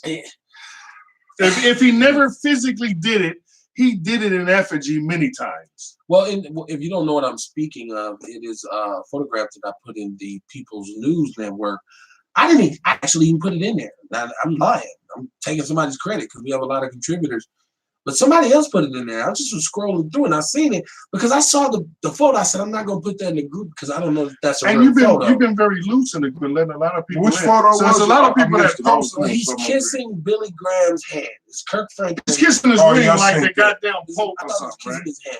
Looked like his hand more so, like the back of his hand. It doesn't. Why are you bending down kissing another nigga's anything? If that is in fact the truth. If it is. So let me ask you, was it authentic when you seen Lil Wayne and Birdman kissing on the I don't know. I'm just saying, hey, that's black on black crime. If that wasn't real, Doc, they did a good job on that one that too. Shit was real. That was a video. That wasn't a damn picture. That was Outlaw Radio, man. Growth Spurts. Shout out to Ray Mendoza. I'm waiting on Ray Mendoza to come back. What's up, man? Hip Hop Snob on the debate you on my top 5, man. We got to get pun. And I want to talk about Fat Joe's latest album because I think he got this watching Narcos and Escobar, but it's just man, from North Carolina. Brandon Hayes. I don't know how to say your Brandon Hayes, who's my elementary school home. Robin Johnson. It's Outlaw Radio, man. 414-231-9982 is Growth Spurts. We are just talking about, getting, every little step you take, like growing a little bit. We talk about some of the craziest stuff, and I dug up some archival footage from V100 about the day Tupac died. And these individuals are not on the radio anymore. We talking about 1996. Now, Doc B was on there, who's still in the city, and a lot of people were calling it. This is the thing about it says, because it stood out to me. I'm a YouTube guy. Like, I'm on YouTube, right? YouTube is excellent. I watch more YouTube than I watch regular television. But they said Milwaukee DJs disrespect Tupac on the day of his death. And it was actually the day he died, right? And I couldn't believe some of the stuff. This is why Milwaukee maybe gets kind of like a black guy in the game. Now, understanding, I guess Tupac had these cats was DJs. They were supposedly quote unquote in the industry at the time. I wasn't. I was a youngster. That Tupac was my guy, like my musical. That's what we was on, right? Like we was right there with him. But they were talking about, this infamous incident where he came to the Mecca and got into it with the gang members and was chased to the hotel. But I want to tell people this. A lot of people got this misconstrued. There's clips of Scarface talking about this incident on YouTube as well. What you got to understand was what Tupac was upset about was Yummy Sandifer. Now, see, if you ain't from our time, you don't know what that is, right? He was like an 8 or 9-year-old in Chicago who was joining the gang. It was crazy in Chicago. He saw some done shit some he wasn't hits. Supposed to see. No, he done some hits. They put him up, and he killed some people. Right? Yeah, that's right. And they killed him because they didn't want. He was hot, right? And the police was looking for him, and they murdered him. Right. Tupac was upset about that. Now, since Tupac is coming to Milwaukee and he's hot at that time, there's a great deal of people from Chicago who are the ones. So Milwaukee dudes, we were right about Milwaukee. Wasn't you, bro? You was at work the next day, working at Payless and stuff. He was a telemarketer, right? But It was really this thing about. So to me, that's saying something powerful. Second, in Atlanta, they seen Tupac. Black dudes was fighting. He said, y'all don't need to be fighting each other. Y'all need to be beating up these white police and these black police who whooping our ass every day. And they had a problem with it. Like the energy, I couldn't believe it. I said, this is why none of y'all work in radio. Like, I don't even know where Fresh G is. Mm-hmm. And he might be cold somewhere, but he ain't on the goddamn radio up here, right? And people were calling in saying they was mad at Tupac for doing hit, like in the streets. Maybe that's why, because I'm on the block. I'm not listening to the radio. Right. We were sick. We was like, man, Pac died, dog. Y'all understand? Like, we knew it was a pivotal moment. So I put that up. I hope people listen at that. It gets to the point where some of the stuff that they were saying, I was just in disbelief. Like, man, that man had just died that day and y'all was talking like this. Like, what kind of dude is you? Like, it was bad, man. If you get a chance, check that audio out, man. It is very, very, I don't know where Fresh G is, and I don't know who it was, a female. Like his whole little crew. First of all, I just came back home from school. So, like, I don't even know who was on the fucking radio at the time. I know Fresh G was one of the biggest, Mm-hmm. and they had this hip hop show on Friday nights. Man, it was so disrespectful, bro. Like I said, man, I can't believe that's Milwaukee. People were calling in like. It was a lot of mostly women saying, I was mad at Tupac for saying this about Biggie. And that. I'm like, we was bumping the shit up. We was all on that. Yeah, I don't know nobody that didn't like Tupac. It was crazy. It was crazy, man. It was crazy. History is always dependent upon the author. Well, this is the night he dies, though. The story, right? And that's that you saw. No, we was in the hood sick. That ain't what I saw. Is that what you saw? No, that ain't what I saw. I found this and I put it up and I thought, it's very interesting if you're from here, to kind of just listen. Like for me to sit there and listen, I was just like, man, it was some straight mogs in Milwaukee. Because if that shit had happened and I had a microphone at that time, you would have heard damn near boo-hoo. Because I would have been like, man, you talking about one of the most. I felt like when he died, he was one of the most prolific individuals who had ever touched a microphone. That's how it didn't take me 20 years. They have college courses today, right. College courses that you can get a degree on. You know what I'm saying? And, right. Based on Tupac. So, Tupac college. So stop. Meanwhile, Fresh G is where? Yeah, no, always consider the source, man. We don't really know shit. Every opinion that you got about anybody that you never met. Like it's a motherfucker. You got an opinion about Eddie Murphy and Whitney Houston. You got an opinion about Mike Tyson, but you never met these people. The only thing you know about these people is what a known liar, right? Because not on top of that, I seemed almost programmed because not one person in that moment said, "Do y'all realize that we will never have a voice like this again in hip hop?" Not one person, because it was all so sensitive for everybody. And I didn't like what he said, didn't it? The man was dead. He had just died. I was like, dude, what is wrong with y'all? Like that's why we only love black people. Right. Love black people. And think they said something slick. And the worst nigga than that to come back and try to defend it. Right. I'd like to know what Fresh D thinks now. Because he's like, well, we're in the industry at the time. And man, shut your ass up. Shut up. Stop it. Stop it. So, and I know Doc B is still relevant out here. He still DJs, whatever. And Doc B was kind of on the fence. He was kind of lean with. Maybe somebody that told him made him was making them say that shit. Why? I think that's why I seem kind of like programmed, because I think any black person that would have come on and said, y'all realize we just lost a young brother who managed to catch lightning in a bottle and really, really just kind of put all of our pain and our struggle no airtime and expose America. Yeah, like don't talk about him. He would have never got through. No so they probably told him, yeah, you can talk about him, but don't talk about this. Wait, here's the thing. But it's an L for our city. So it's an L for Milwaukee. So here's the thing, though. We have to understand that it's not always a group of people sitting around saying, "Let's get them." Right, and so because there's not that, then we go. Well, it wasn't nobody doing that, and you want to just scrap the whole idea. But some of that stuff is inherent, right? Mm-hmm. And so because the experiment they did with monkeys, I'm sorry, it wasn't chipmunks, it wasn't snakes. They did it with monkeys. They were monkeys, but there's monkeys. But the Lord and the monkeys get out. So they had the fruit. They had the fruit on the thing. So on one level, at the top, trying to get the bananas, you get sprayed with cold water. I may have mentioned this before. So I'm just saying, what it is, it's inherent. Sometimes it's not taught to you. It's just the way things are. No doubt. And so you follow your environment. They did another one with people, right? With standing up every time they heard a bell in a waiting room. So you had people that was there, and every time they heard it, so the person that came in didn't know nothing about it. For a while, third or fourth time, the bell rings, everybody stands up. What you think the new person did? Just because everybody else in the room did it. They stood. I went to shits. Shout out to I wanted them to understand what we're talking about too, though. Well, shout out to Stephen Lucas. Shout out to Gigolo Jackson. And shout out to Keisha Queendom. She said about Outlaws, which I've been up to. As usual. Mm-hmm. I unearthed some footage, and I don't know who put this on. I don't even know how they got it, but this is the night Tupac died. The radio. Our hip hop and R&B station here in Milwaukee. This is 1996. They put up the on-air kind of what this DJ, who at the time was in control, what he did. I thought the level of disrespect was great. It was hard because I was here in the city and I was on the streets, I was on the block, I was on Capitol, I was on Atkinson, I was with my people. It was hard times. Everybody was doing what they had to do.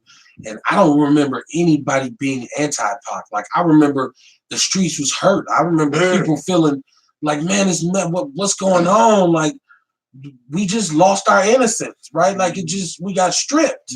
Every Machiavelli had yet to come out, and they even referenced Machiavelli 6, Machiavelli 7. Well, this was part of the 7 days, the Don Illuminati. You could tell from the way they spoke about it, they had no understanding of the concept of it. So it's just like an L, like I said, from Milwaukee. I go to the People's News Network, go to my personal page, Kevin Barnes. It says Milwaukee DJs disrespect Tupac the day he died. It is the day Tupac passed away. A week after he got shot, it was on the air, it was live, and it was bad. And you know what they say about the Milwaukee DJs, right? Well, I don't want to repeat it on there. Well, they don't say.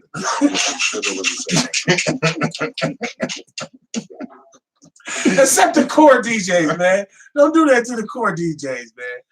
Tony Neal and the core DJs, they get in there, right? They get in there. If I hear something on the radio in Milwaukee and I drive through Illinois and they just change the call letters, but I hear the same shit in Illinois, and then I go to Michigan and I find the one black station that's going on there and they got the same bullshit with different call letters in the end.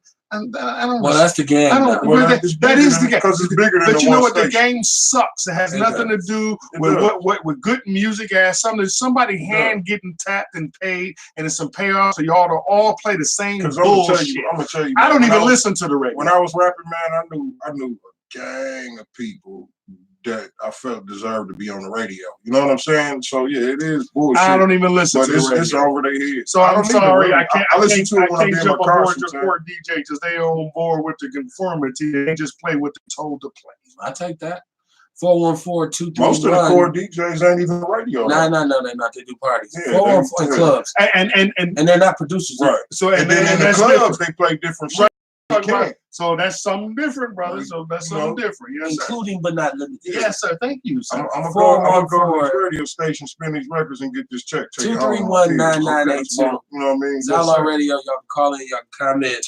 But yeah, that do suck. I seen you had a problem with Kaepernick because of the shoes. Now I seen you comment on it. I have a problem with the shoes. I just feel like I don't support Cap. I support that movement. Okay. Because I feel like if a team had picked him, he'd have went back and played, and that stemmed off the whole to debate or nothing. Y'all ask why. So I said because I feel like you know what I mean. I ain't saying that to debate. You know you're gonna get debated though on the show. You know somebody gonna say some shit. Well, I mean, yeah, you can rebuttal and all that, but I ain't gonna. You know what I mean? Because really, it money good. From that and working for a company that's paying it, so they working together still. Is having your own shoe working though? Especially when it's an Air Force One with your image. But what I'm saying, he was working for him when they took his picture, and you started using him, working with the same people. Yeah. That's what I'm saying. It's just how I feel. No, you know what I mean? And I don't knock nobody else. No, but I support the movement. I don't think you're wrong. Like I think that if you look at the business and how it works, like Kaepernick, from my understanding, somebody can correct me, but Kaepernick got a check. Yeah. Right, he was a one-time check already. So all of the benefits, the continual profits that come after the fact by buying his shoe, he got his money already. He sold it. That goes to Nike, right? That goes to Nike, correct? That's not correct. That's not okay. Well, help me out. Okay, let's. First of all, shout out to Keisha Quinn. He said, "Hey, I feel you, brother Kamar. His ass boycotting and begging for a job. Hell yes, he has a shoe. He has a shoe and getting money from the." So there's the way business is structured. He signed a contract, but there's percentages involved. This is a merchandising thing. I'm not mad at Colin for because the shoe sold out. The shoe sold out in a matter of hours, right? And yeah, I ain't saying this to go back and forth. I'm doing come on. I don't want you to argue with me. I was gonna say how I feel. Hell no. You gave me a tryout. First of all, I've led an NFL team to the Super Bowl already. I'm not conforming to your try. I went to a high school. Now, I wore a Kunta Kinte t-shirt. And ultimately, what happened? One of the receivers that I was throwing the ball to got an NFL shot. Right? I've proven collusion. I did the legal thing. Acknowledging that. Well, but what it is okay. So now Nike, who said your jersey's still selling. You're still very popular. We'll give you a shoe deal. Now, do I want to say, well, I would take it, but you do business with the NFL, or should I say, let me show the NFL that fuck them, because they got to say that too. I ain't talking about just this shoe deal right now. He sold his face to him. How? When he took the check and they started using his image So on the what Nike if he did? So somebody offered you? I'm just saying he working for the same people. No, but he signed the contract with the same people as the NFL, basically. They No. working together. They're different organizations. Working together, One, exactly. But Nike they're working not the with them, same right? organization. But Nike, I'm saying basically they working They together. make money off the NFL exactly, too. Exactly. Yeah, they working together, right? Yeah. That's what I said.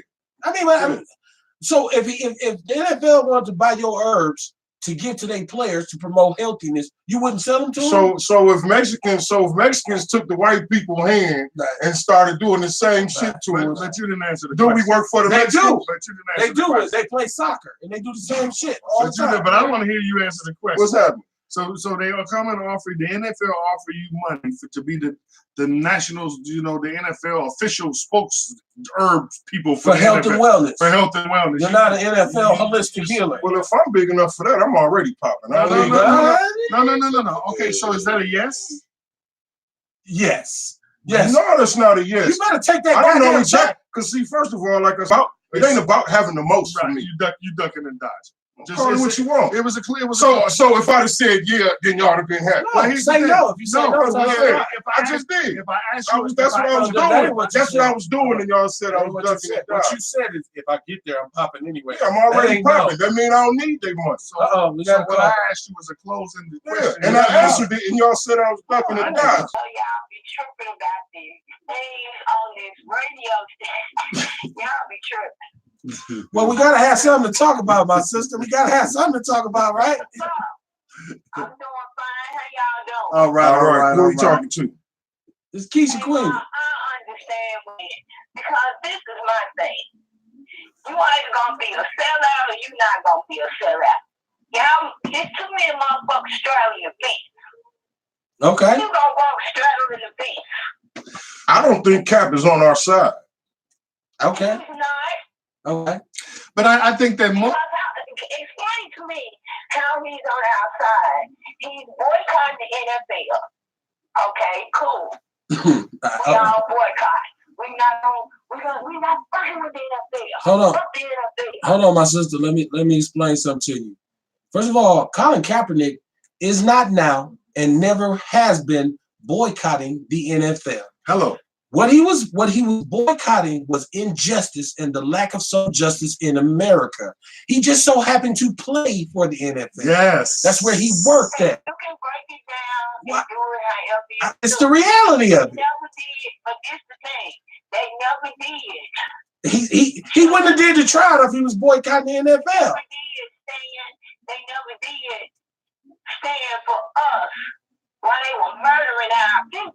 He did. That's why exactly he took a why he knee. took a knee. That's why he took a My knee. thing is, if you're gonna go against them, how are you gonna take money from them? He didn't take money from them. He's not. All of their Do you clothes boy? from Do, Nike. my They sister. get all of their shoes from Nike. My sister. Let me ask you a question. Do you drink any kind of soft drinks? What now? Do you drink kind of soft drinks? Do you drink soda? Do you drink Gatorade? Because they sell it in their stadiums. Okay. Well, let's put it like this. Fuck that. He was standing up there as a poster child for us. We live in a murder cup. I wish the fuck I didn't have to get these tricks any of my money. But you do. And so I can't help it. and neither can he. That's why you don't stand out there and do things like that if you're not ready to go for So it. you don't stand up and take a chance and stand up for your people. Colin Kaepernick didn't take a knee to join your group. He took a knee because he had a cause. The groups joined in because they agreed with what he was doing. So he, at the same time, he still has the right to feed his family the same way you would feed yours. The same way you would set up your grandchildren. He has the right to do the same thing. He didn't want our people being killed in the street, and I support that cause. But that's my thing. You can do what you want to do, take care of your family. Well, he doing it. You don't I asked you a very important question. First of all, I want to give you love because I really appreciate how you support our show. And way to be passionate. I want to give you love about that because you are very, very supportive. And I support y'all too because Chocolate City on Blog Talk, I followed y'all with the Black Panther talks Corner. about y'all. Yes. Yeah. So I already support it because I still got my Blog Talk account because that's where I started. So I appreciate that. But I do want to say this. If Colin don't take that money from Nike, would the dude who got killed I'm sorry, you're not from here. Sure, the legacy for his children and his children's children, would that have stopped that black man on Center Street from getting killed today? Those 3 or 4 or those 7 or these black women that have been murdered? It wouldn't have stopped that. It wouldn't have stopped that at all. So why would I turn down that money? And because listen, if you can look at Colin Kaepernick, he gives plenty of money back. I think we're very selective on who we choose to let do that. I like the face he make when he say something proper and articulate. He always smile like, I think we need to do. We're straight up though. I think we're selective when we choose to do that with. Stop using us. Everybody else is. Right now, everybody shit on us. Everybody use us. Our people don't get no kind of justice, no kind of nothing. At all. So and you know what? Like, fuck everybody. And the NFL is 85%. And the NFL is 85% black with 1 black owner and 3 black head coaches. Who's the black owner? He's partial owner in Houston. He's a minority owner. Yeah. Venus and Serena and them got part of the Dolphins. Right. It's like 30 owners. But I'm saying, man, those people got enough money. They need to stop all that ignorance. They have enough money. They can have their own team. All the talent would be with the black people. But here we don't have but we don't have no money. We got all the power because all we got to do is stop watching it. And then they're gonna do you like Byron Allen when you try to do it on their level. All we gotta do is stop watching it. All we gotta do is boycott it. We don't have no money. It don't cost no money to do that. When you want to own the channel. Except for drink beer. People will do it because it makes no sense to me. What's your favorite beer? None of it don't shit. What's your favorite beer? Please don't say Budweiser. Come on with it now. Hey, I love beer too, right? And I can't think of no red, black, and green beer right now. I'm gonna say this again. I live in America. Okay. So, hey, I got bodies. I just became awakened not too long ago. Okay, that's what's up. Change, and then all that'll be dropped off in a little while. Don't get your beer. I'm guaranteed. Drink it. I'm not gonna be no fool for these. That little money right there, that ain't nothing. Just find some. Get way more than that when I was cool. Just find a black person that's making some beer. That's all we gotta do. That's all we gotta do. And don't say English because we don't make that. No, we don't. As much love. Keep supporting us. Yes, thank you. Thank you for calling. Thank you for calling. Have a good night. Yes, ma'am. You yes, too. ma'am. That's what's up. Peace. Outlaw Radio, man. We doing what we do on a Thursday night, like my sister Keisha Queen. Love. And it ain't about putting nobody down and trying to prove them wrong. It's about considering things from every perspective. Oh, that's nice. I promise you. Yeah, I get a little nasty sometimes, but maybe shows I didn't do that. I am an outlaw. You mean Kevin wasn't nasty again? Again? $100,000 and then they're about I did it $26 million or $6 million is matching and I look at this and I say, man, that's beautiful, right? But then I say, do y'all know that y'all music ain't gonna be selling forever? Like you did this in Atlanta. Like we go at Cap, right? But she make bloody moves. She got a Pepsi commercial. Offset is the Migos, or supposedly they revolutionized the game. But in 3 years, neither one of them will be hot. Right. If you got 6, I don't know if it was 26 or 6. I know they ain't paid for it cash. If you have a line of credit and you're in Atlanta right now, which I believe has an impoverished community as well, you could have invested that money in affordable housing, infrastructure, starting black contractors. At least $2 million of it. And got you a nice $4 million. Start a contracting company, build the highways, build the bridges. What about making young black engineers? What you and however many kids he got and whatever y'all got gonna do with a 70-room house, except for lose it if you don't got old white people money. Because I guarantee you, when the album stop selling, you won't even be able to pay the taxes on that. Consider the source. It's an augmented little boy who can rap. Which one? Offset, both of them. Cardi's a female. Now I will say this though. You don't think she a female? But like you say, that's what I was gonna say. But like you say, we don't know how long that's gonna be. Cardi's breast were augmented little boy. Why you call her a boy? Right. Let me tell you, even if she was a flat-chested little boy, like she wouldn't be nothing. She worked in a strip club. I don't think she was that bad. She probably wasn't that bad. She admitted she was drugging cats. How about this? How about this? You can go to any strip club and see 3 bitches look just like her or better. Well, yeah, you call them bitches though. No, because that she called herself a bitch. I know. Yes. Fuck with you. You know. Easy She see you fuck with him and get some money. She says she's a whore. That's the ideology. So if I call her a whore, don't get mad at me. Right. She says she's a whore. If I see her and say, "What's up, bitch?" But let me tell you something. Should she be mad? No, she shouldn't be. But she will. But she will be. Well, yeah, security will beat the shit out of me. Well, until I shoot one of their big I was asses. gonna say, if you let that happen, shame on you. I'm gonna bust mine. I was gonna say, who raised you? See, I'm easily dead too. Threaten me. I'm not a Cardi B fan. I love her come up. I love the fact that she was faced with so much adversity that at one point she probably even considered offing herself. But you're the one they let through. They'll let another one through next year. That's fine. But you have a chance to change your family's trajectory. You won't. Your family's trajectory. You created a situation now where it's going hard. The holidays ain't what they used to be now. Now, everybody's getting a taste of the good life. Now, are you passing this along and telling your nieces and your nephews, hey, no, I don't want y'all to rap. Somebody learn how to promote. Somebody learn how to do A&R. LeBron? Like LeBron? Right.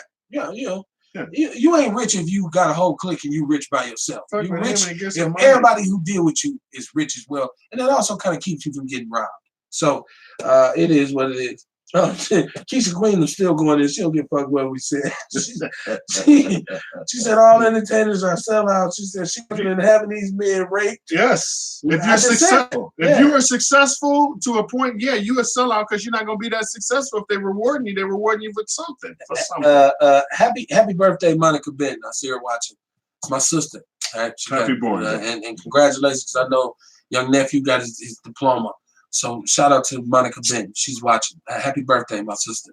But yeah, man, I had to bring the Cardi B thing up because people say relationship goals.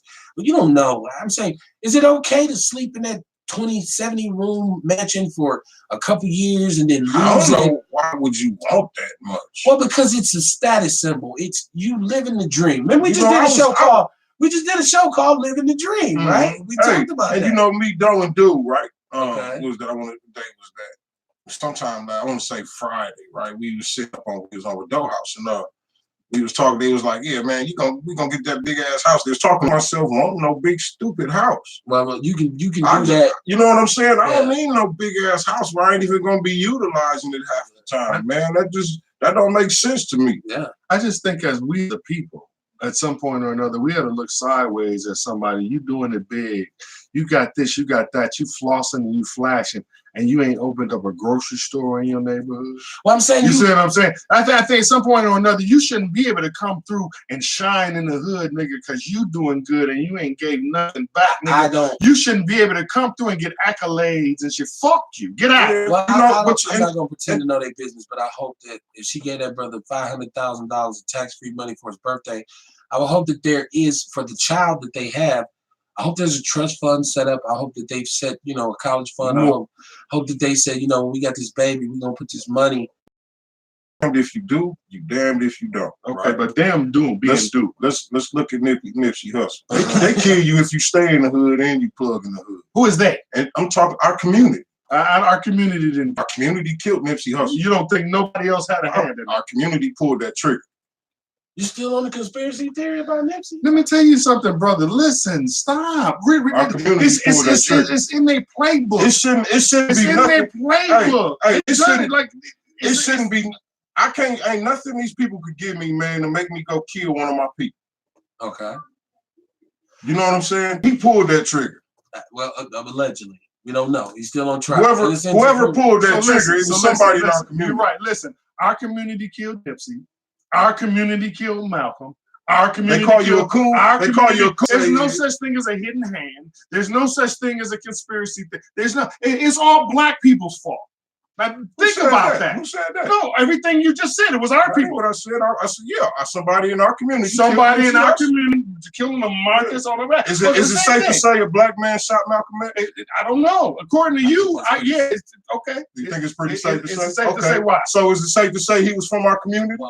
Wait. Is it safe to say why? Well, I think that yes, there was people of color utilized, but I'm not against you on saying there's a hidden hand as well. But the trigger in court was pulled by a black man. So in court, that's all I'm saying. His wife. So in court, his wife and his daughters say. Okay, so we understand. Let's move it up an intellect level to not to the people that pulled the trigger, but the people that was responsible. Because there is a law that says they are guilty of murder as well as the is that we have allowed ourselves to be their tools. And my thing is we've allowed our thought process to stop there and not understand that there was a process that made that go into effect. There was somebody I didn't mix. I didn't say you did. I'm just said, talking about what happened. And I'm just talking about what happened. All that. But it's easy to blame the black man. It's easy to blame because they go and get a black man. What's my man? Killed somebody who ain't dead. Who am I thinking about, man? Got killed. You said Lauryn Hill. Was it with Lauryn Hill now? No, nobody from the Fugees is dead. What group? But if they did, a black man would have did it. Who was Prize from?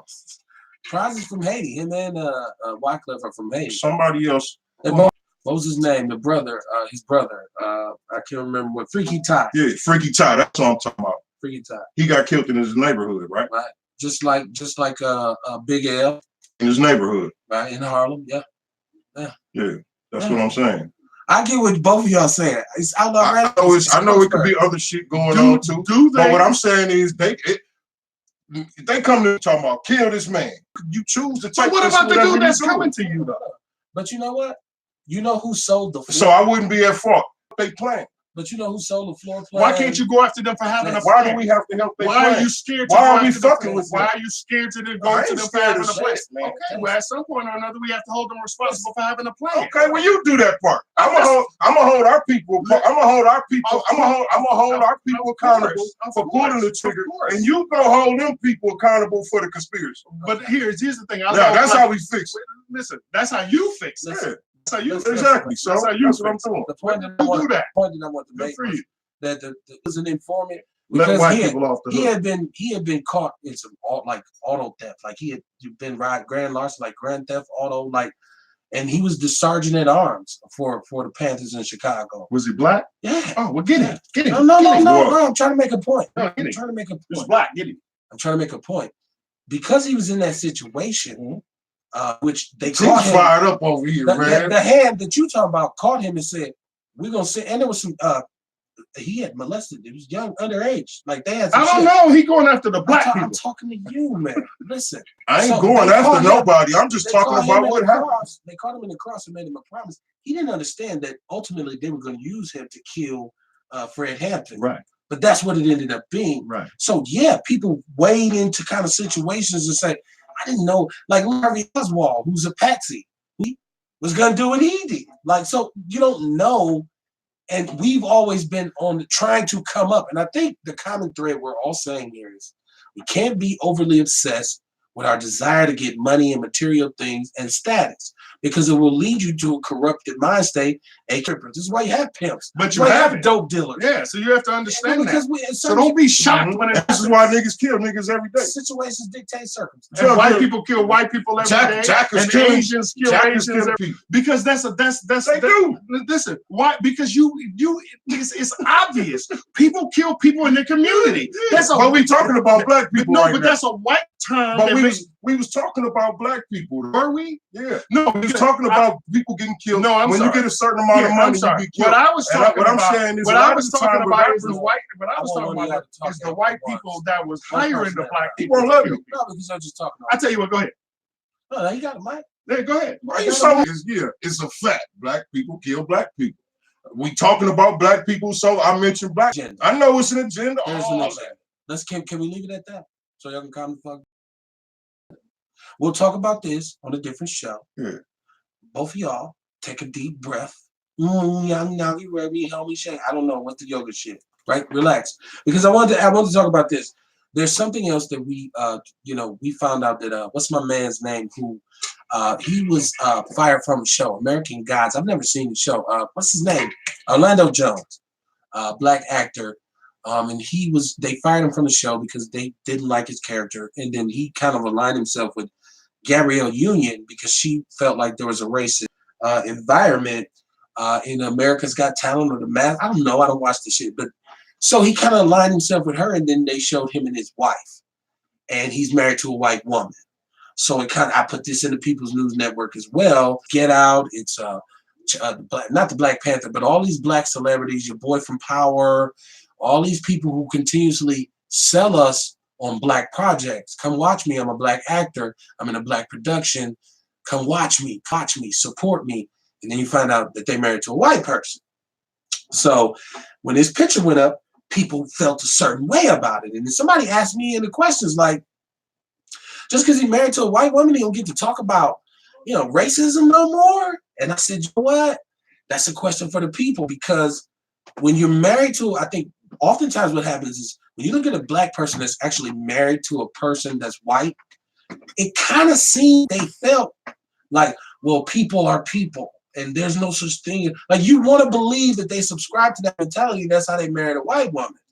And I don't know that that's always 100% true, because we have the 100% rule, which means nothing is 100% true for any group of individuals. It's never been done. But my question is, if you marry a white woman, can you then not speak on race issues? Like, it kind of looks bad as a black man if you want to get out in front of the people and lead them and talk about self-love and black empowerment.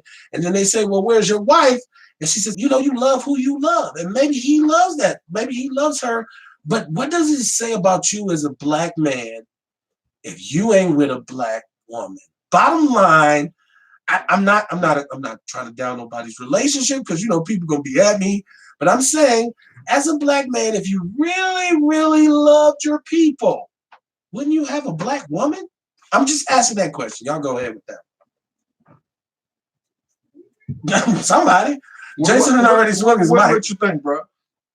what you Why you want so worried about what I think all of a sudden? We on the show. We on the show. What you think? Hey, man, look, I'm sorry, Jay. I'm sorry I have an opinion, man. I'm sorry, I'm asking you for your opinion. You know what I mean? Give it. We asking you for your opinion. Said, yeah. Kamara really love. I love black women. Okay. So then, if you did marry a white woman, do you think you would still be able to come and talk to us about health and wellness? About health and wellness, yes. But I think there's a lot of stuff, about a lot of racial issues that I wouldn't be able to touch. Okay. You know what I'm saying? Just because I'm married to somewhere else. I'm married outside the race. But I could say what I want. You can say what you want to say. Like racism. Yeah, Keisha Queenum, like I said, she's blowing the gasket. She said she everywhere, but she said, hell no, you can't speak on racial issues if you're married to a white girl. Fuck him. She says he need to sit his ass down somewhere and love Becky, but you can't love your people sleeping with the damn enemies. And that's how a lot of people feel. That's how a lot of black people feel. So I'm saying, but I can't look a brother who just got his ass whooped by the police, in the face and say it's your fault because you married a white girl. Like, even if he did marry one, I don't know what his awakening would be. Like, if I'm married to a white woman and I'm sitting up in the bed and I'm watching the news and I'm seeing Philando Castile and I'm seeing Trayvon Martin and I'm seeing all the injustices that our people suffer, how do we have a conversation about that? Like, you got some brothers that ain't never even been around those sisters. But you got some and then one that raised money. those sisters that got. And then you got that too. Got, no doubt. But I mean, I'm just saying, like, it's a couple different kinds. Okay. You know what I'm saying? Like, this kind, he would never know what's going on, like what we see. Okay. You know what I mean? This one that's never been raised around sisters, and he only been around white women, so that's what he's gonna wind up with. Well, what about the ones who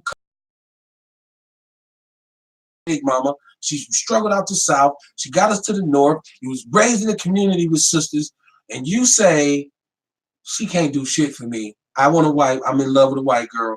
But then once you get with your white girl, you say, "But I want to go back and talk to them." I mean, like, do you believe that brother still should be able to come to the community? In other words, they say, well, you don't get to come to the cookout, right? Well, again, how are you helping? Okay. Well, now he wants to speak up. What are you doing to help? Because like, now, are you just speaking? Get the fuck out of here. Okay.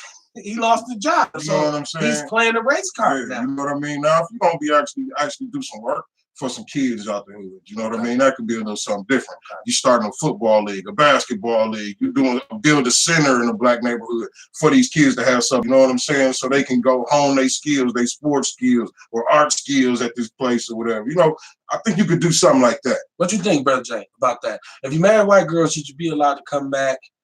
You know, can you be in FOI or can you be a Panther? And you say, I got a white, but my do what the fuck you want to do, right? As long as you show up and be there your own time, right? For the FOIs. Well, okay, without them two groups, you get what I'm saying. If I show up to your house and say, brother, we about to ride for this community. Can you be hardline militant? We about to ride for this community. We about to get it on. We about to talk empowerment. And you say, this is my wife. And she'll be like, hey, Jason. Hello. I mean, like, hey, guys, I'm just here. I'm just here to, you know, I think that dude can have some good ideas, right? You know what I'm saying? But he can't get to. I can't understand why I can't get a straight answer. Because what do it matter? Like, you know what I'm saying? Like, ultimately, like, again, as long as we have black people that it's not about our interests. You're still trying to conform. You're still trying to, like, let me tell you, they found every way on every level to hold us accountable. We're accountable in the prison. Same time, like I always say, there's somebody that makes the laws, that puts the shit in motion, and for us to constantly just omit them and keep going after the effect of what done happened and not ever address the cause, what difference does it make? You see what I'm saying? So I guess to minimalize it and take it back to what you're saying, like, no, what are you giving back to the black community? You got a white wife, and when the shit comes down, like when it's time to pick a side, who are you gonna pick? What revolution? You gonna pick on the side of your children and your wife and who you gotta sleep with and hold you, and like that's who you gonna pick. So at some point or another, we gotta understand who is us and who is them. And the ones that want to constantly, you know what I'm saying? Again, what's the thing you say about your the black community? If your criticism of the black community outweighs your contribution, probably a code. But we just keep on criticizing the black community and never address the cause that made the black community what it was. We was never in charge. I thought we were talking about white women. We are.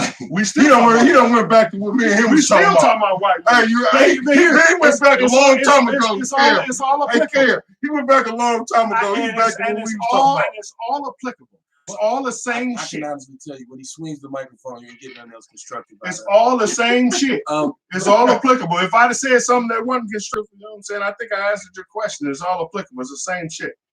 Okay, so this Outlaw Radio. Look, I wanted to give people a chance to call in and let me know how you feel about whatever. Please, call because in. we've talked about some of everything. So if you kind of weigh, the number is 414-2319. But this kind of goes along with what we're talking about.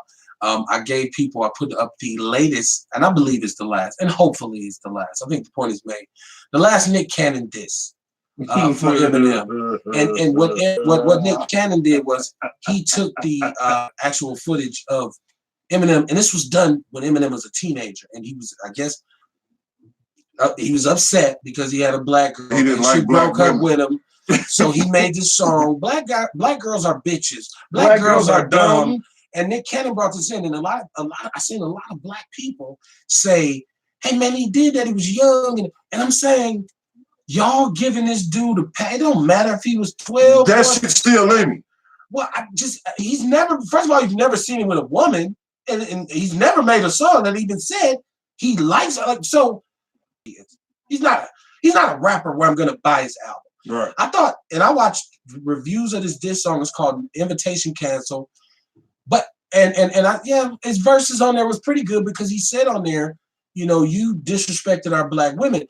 I just want to know why we are so dismissive of what, because this shit was egregious on this song. And Benzino lost because, and he thought he had hot fire. Trump could rap, it wouldn't matter all the other bullshit he done. If he could just get on that behind and then guy got a leg and a head and a stretch and a can. He wasn't big with us. He was big with white people. Well, both of us. Well, black people love him. They played his music on our radio. That was it. Right. Yeah. Yeah. I'm just saying, let's leave all other stuff out, whether you think who won or who's good or who's not. I just want to know why we're so dismissive of what he said. Like, black people give him an automatic pass. Like, no black person was upset about this. Like, I think that most black people aren't upset about it because most of the black people that aren't upset about it are black people that actually listen to the music. I think that there are certain black people out there who understand that if they actually heard an Eminem song or actually took the time to listen to something that they was ridiculing, they would have actually heard Eminem call himself a cracker or say, you know what I'm saying, or give his top 5 and put himself at the bottom and say Nas and Andre 3000 is better than him. You know what I'm saying? It's a lot of things that you know what I'm saying. If you don't listen to the music from the outside in, you can say, well, he did this and he did that. And he did. I don't understand why we not so upset that something that he said when he was 16 and 17 years old, because of if you pay attention to what he's done. Let me get this right. Since pay attention to what he's done since he was 16 and 17 years old. Do you understand the 50 Cent? And even when we had the conversation on here, we was like, who has he gone up against? We didn't understand. Well, OJ's not. We didn't understand that he had beef with Nas. And so, Hold on. Well, here I can't give you a date and a time, but I'm telling you, if you YouTube it, you can see it. So my point is, if you haven't took the time to understand what happened since then yes, you can have a particular point of view. But if you understand that he is actually well ingrained into the culture, even more so since he came out than Lord Jamal. I'm bringing them up. So I'm just saying. So this is one thing. So it's easy but again, if you look into it, you look into both sides. I don't think it's hard to understand why black people haven't gone in. That was pure race baiting. It sounds like you protecting this white. Listen, I think somebody sat next to me and said, "Can I have an opinion?" I'm just saying what it sounds like, and that's my opinion. Listen, but here, first of all, that's because you just got mad at me for saying. Shot another black man. We're talking about hip hop. Yeah. We're talking about rapping. We're talking about somebody that have the ability to put words together. And this is somebody that don't got nothing to do with nothing in our community. I'm sorry. Look, like I said, Eminem ain't nobody that people in our community really gave a fuck about ever. They played him on our radios. That was it. Right. That's how we heard Eminem. My friends had Biggie CDs in their cars. Okay. I'm not talking about selling. I'm talking about lyrics. And this is what I'm saying. And he don't talk about nothing in our community. I can't relate to somebody who don't talk about nothing that I can relate to. My mama wasn't on drugs. My baby mama didn't skip out on me and fuck my and shit and whatever the fuck his baby mama did to him. You know what I mean? So I can't relate to that music. Thank everybody for tuning in. What time is it actually? Because I can't even see. Hold on. Okay, it's 9:30. We way past. Listen, we'll be back on Saturday night. We'll debate these topics and more. Shout out to you for coming in. Share the video. Let people listen. And I hope it's something here that makes you feel a certain kind of way. Good or bad. Something that pisses you off. And people still watching. So, and I like to cut the machine off because I don't want to give you too much for free. But if you got a business idea, if you want to do something in terms of black business, if you want to get like this real black dollar going, you want to stimulate our personal economy, I'm so open to doing business with you and networking and connecting and just kind of lending my platform to you. You're running for office. We're going to wrap up the political thing as we get closer in this election cycle. Yeah. So, a lot of people will be on. We're going to have a lot of people who are running. None of the stand on the boo-booed on us, right? So, those dudes can get it walking. And we'll talk about that Saturday night as well, because I got to talk to my brother DC Crowley, because I seen something today that upset me. That's my brother. So, yeah, man, I love you too. Politics is coming. Yes, sir. And we'll do that. We ghetto politics. We'll do hip hop sometimes, and then sometimes we go into this. But I just tell you like this, man. You got to be true to who you are. You have to know who you are. Mm-hmm. So, and that's where we leave you at tonight, understanding that if you don't have an opinion, or if you don't have a fortification for your opinion, then you really don't have an opinion. You just throwing paint against the wall. Right. Get some understanding, man. Knowledge reigns supreme over nearly everyone. Hey. I see y'all Saturday night. Peace. Conda forever. He gonna miss. He don't say that. Turn it back on. Turn it back on. He gonna take that from Chadwick. Turn it back on. I gotta say it. Chadwick Boseman is gonna get your ass for biting this shit. That is not yours. I had to piss for the last 30 minutes. Yeah, let me tell you, I hold it until I start doing a potty dance. Then fuck